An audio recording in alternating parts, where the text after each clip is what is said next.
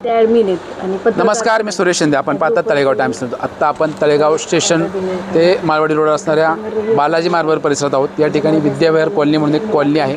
या ठिकाणी कॉलनी जरी म्हटलं तर या ठिकाणी एक वेगळं शॉप आहे. वेगळं शॉप म्हणजे आपण ज्यावेळेस वाढदिवस असो किंवा इतर काही आनंदाचे कार्यक्रम असतात त्यावेळेस पहिला म्हणजे केक कटिंग असतं आणि ते केक कटिंगसाठीच अनेक ग्राहक या दुकानामध्ये येत असतात. त्या दुकानाचं नाव आपण पाहू शकता, पीयू केक.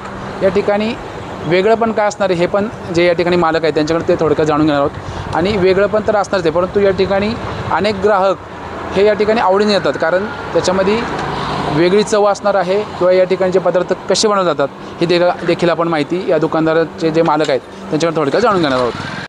आत्ता आपण त्या शॉपमध्ये आहोत जिथे अनेक ग्राहक आवडीने येतात आणि एक वेगळा असा चविष्ट असणारा केक घेऊन जातात. आपण ते दुकानचे मालक आपल्यासोबत आहेत, त्यांच्यावर थोडक्यात जाणून घेऊया. मॅडम नमस्कार, काय सांगाल, आपली ओळख सांगा. नमस्कार, मी प्रियांका समीर कवळेकर, पीयूष केक शॉपची मी ओनर आहे.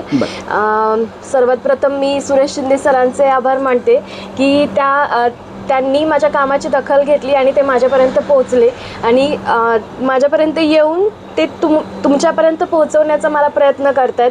याचा मला खूप आनंद होतोय.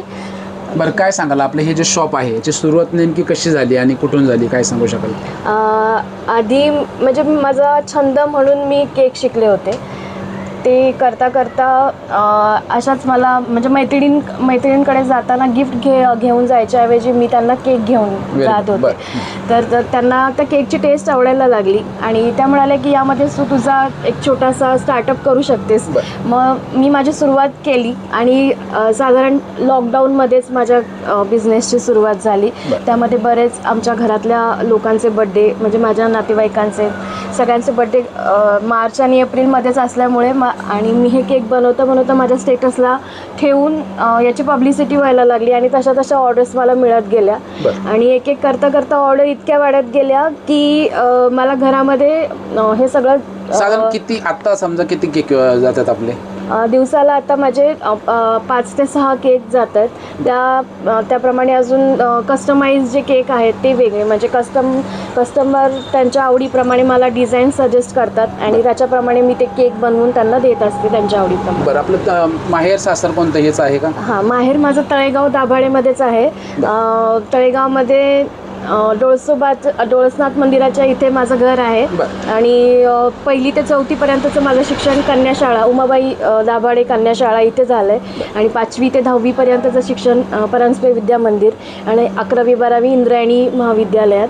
तिथून पुढचं सगळं शिक्षण मी एक्सटर्नल जॉब करता शिक्षण पूर्ण केलं. आता शिक्षण आपलं एवढं आहे, मग आपण जॉबच का केला नाही, म्हणजे व्यवसायात का होतं? कारण मराठी माणूस शक्यतो नोकरीच्या मागे पळतो कारण मोठी पगाराची नोकरी त्याला मिळत असते आणि जॉब करणारे कमी आहेत. काय सांग? मला सगळ्यांना हे सांगावं असं वाटेल की नोकरी करण्याऐवजी व्यवसाय कधीही चांगला. जर आपल्यामध्ये ती कला असेल आणि आपण ते करण्यासाठी कॅपेबल असू तर प्रत्येकाने नोकरीचा विचार न करता व्यवसायाकडे जावं. बरं, काय सांगला तर या ठिकाणी जे केक असतात ते नक्की कुठे बनतात आणि काय सांगू शकाल आपण त्याच्याबाबत? हे जे केक आहेत ते म्हणजे माझ्या कसं सांगू आता माझ्या घराच्या बाजूला घरीच आहे. घरी नाही म्हणजे मागे एक शॉप आहे तिथे मी सगळं मॅन्युफॅक्चरिंग युनिट ठेवलेलं आहे. ओके. आणि इथे सेलिंगला ठेवते. तर कसं वेगळं पण काय आहे त्या केकमध्ये? वेगळे पण हेच की आपण जे केक तुम्ही बाहेर शॉपमध्ये विकत घेतात आणि हे आपले घरगुती पद्धतीने बनवलेले केक असतात. जसं आपण घरामध्ये स्वच्छतेने स्वयंपाक बनवतो त्याचप्रमाणे हे केकही तसेच बनवले जातात आणि त्याची चव जर म्हणाल तर इतर बेकरी स्टाईल केक असतात ते 3-4 दिवसापूर्वीचे शिळे म्हणजे शिळे असू शकतात. तसं आपल्याकडे नाही. तुम्ही सकाळी ऑर्डर द्याल त्याप्रमाणे संध्याकाळी केक आपल्याला बनवून मिळतील आणि त्याच्यानी चव केकची डेव्हलप राहते. म्हणजे जशी आहे तशीच केकची.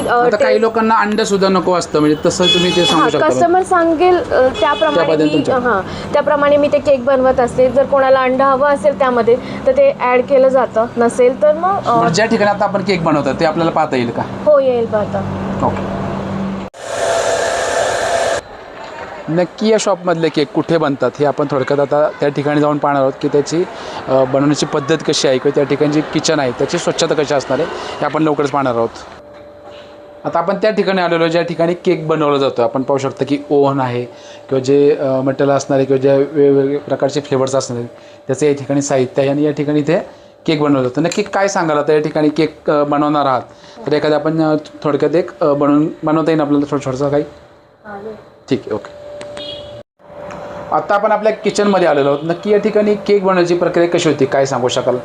केक बनवायची प्रक्रिया अशी की यामध्ये आपण फ्रेश केक बनवतो. इथे समोर माझा ओव्हन आहे, त्यामध्ये फ्रेश जेव्हा आपल्याला केक हवे असतील तेव्हा 25 ते 30 मिनिटांमध्ये यामध्ये केक बेक होऊन बाहेर येतात. बरं. आणि त्यानंतर आपण पुढची प्रोसेस करतो. बरं. फ्रेश केकमध्ये फ्रेश बेस, फ्रेश क्रीम हे सगळं ॲड असतं केकमध्ये. बरं. म्हणजे आधी बनवलेलं सगळं मटेरियल असतं किंवा आपण ते नंतर वापरणार आहोत असं काही नाही. जेव्हा तुम्ही ऑर्डर द्याल त्यानंतरच आपण फ्रेश सगळं मटेरियल प्रिपेअर करायला सुरुवात करत असतो. आता हे बॉटलमध्ये दिसतंय काय नक्की आहे? हे सगळे जे आहेत ते फ्लेवर्स आहेत, वेगवेगळ्या प्रकारचे फ्लेवर्स आहेत. त्यामध्ये homemade American ice cream, kulfi falooda, rose falooda, परत फ्रूटमध्ये सर्व प्रकारचे फ्लेवर्स तुम्हाला मिळतील. फ्रूटमध्ये पण आपल्याकडे 9 ते 10 प्रकारचे फ्लेवर्स आहेत. त्यामध्ये पण आपल्याला जर कस्टमायझेशन हवे असेल, फ्लेवरमध्ये पण कस्टमायझेशन हवे असेल तरी ते आपल्याला मिळेल. बरं, या ठिकाणी ग्राहकाला यायचं असेल तर संपर्क नंबर किंवा पत्ता काय सांगू शकाल? माझा कॉन्टॅक्ट नंबर इंस्टाग्रामवर मी अवेलेबल आहे. गुगलवरती तुम्ही Piyus cakes and more Talegaon Dabhade असे जर सर्च केलं तर मी तिथं अवेलेबल असेल. आणि स्विगीवर पियूस केक्स अँड मोर त्यावरती पण अवेलेबल आहे. जर स्विगीवरूनही तुम्हाला कधी ऑर्डर अर्जंटमध्ये हवी असेल तर 1 तास आधी तुम्ही मला कॉल करू शकता आणि जो फ्लेवर तुम्हाला हवा आहे, कस्टमाइज केक हवा आहे, तो पण तुम्ही स्विगीवरून ऑर्डर करू शकता. ओके मॅडम, धन्यवाद.